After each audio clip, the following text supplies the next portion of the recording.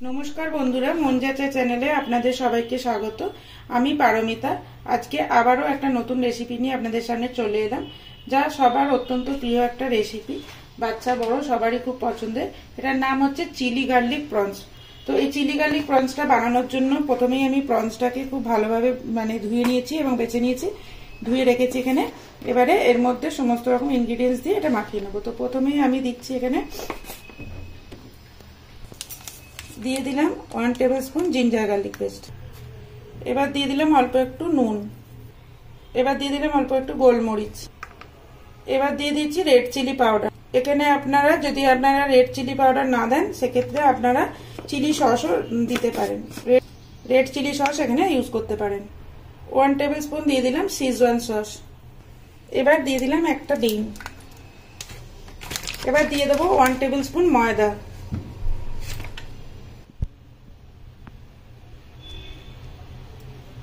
এবার দিয়ে দিচ্ছি 1 টেবিলস্পুন কর্নফ্লোর। এবার সবকটা উপকরণ ভালোভাবে এই চিংড়িগুলো মাছগুলোর সাথে মাখিয়ে নেব।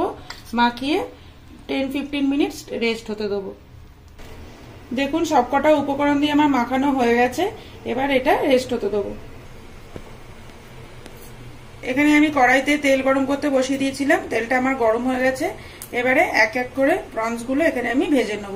প্রনসগুলো কিন্তু এখানে ডিপ ফ্রাই হবে। সবকটা প্রন ভেজে নেবো। একবারে যদি না হয় তাহলে দুটো বা তিনটে ব্যাচে এটা ভেজে নিতে হবে। প্রনসগুলো দেখুন এখানে ভাজা হয়ে গেছে এবং ডিপ ফ্রাই হয়ে গেছে। এগুলো তুলে নিয়ে বাকি প্রনসগুলো ভাজতে দিয়ে দেবো। দেখুন এখানে প্রনসগুলো সব ভালোভাবে ভাজা হয়ে গেছে আর প্রনসের গায়ে খুব সুন্দর একটা কোটিংও হয়ে গেছে। এবার এগুলোকে আমি একটা থালায় তুলে রাখলাম। এবারে তেলের মধ্যে আমি দিয়ে দিলাম গার্লিক। এখানে চপ করা গার্লিক, এখানে কিন্তু গার্লিকের পরিমাণটা একটু বেশি দেবো। আর দিলাম জিঞ্জার চপ, আদার পরিমাণটা কিন্তু এখানে কম দেবো। এবার হালকাভাবে একটু ভেজে নেব। এবারে ডায়মন্ড শেপ করা পেঁয়াজ এখানে দিয়ে দিলাম। পেঁয়াজটা জাস্ট হালকা একটু ভেজে নেব। এখানে কিন্তু পেঁয়াজটা একদম গলা গলা হয়ে যাবে না, এখানে কিন্তু পেঁয়াজটাকে একটু ক্রাঞ্চি রাখতে হবে, না এটা বেশি ভাজবো না।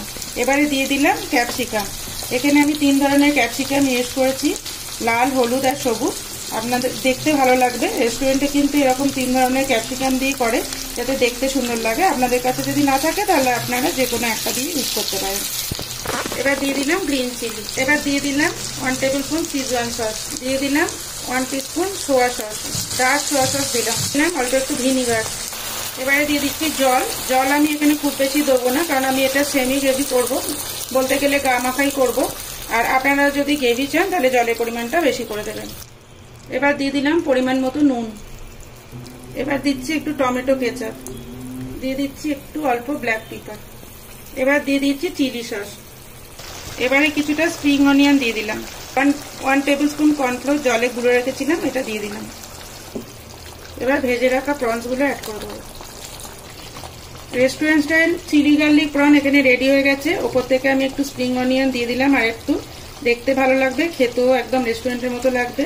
আপনাদের যদি আমার রেসিপিগুলো ভালো লেগে থাকে তাহলে please like, share and subscribe করে দেবেন, সাথে থাকবেন, সাপোর্ট করবেন। আর হ্যাঁ, আর যারা এখনো পর্যন্ত আমার চ্যানেলটা সাবস্ক্রাইব করেননি please please please please subscribe করে দেবেন। এবার আমি গ্যাসটা বন্ধ করে দিচ্ছি, কারণ এটা অলরেডি পুরো গ্রেভিটা শুকিয়ে গেছে। বন্ধ করার পর আরো কিছুটা শুকিয়ে যাবে, তো আমি ড্রাই ড্রাই রাখতে চাই। আপনারা যদি গ্রেভিটা রাখতে চান তাহলে আপনারা আগেই গ্যাসটা অফ করে দেবেন। তো আমার এখানে চিলি গার্লিক প্রন রেডি।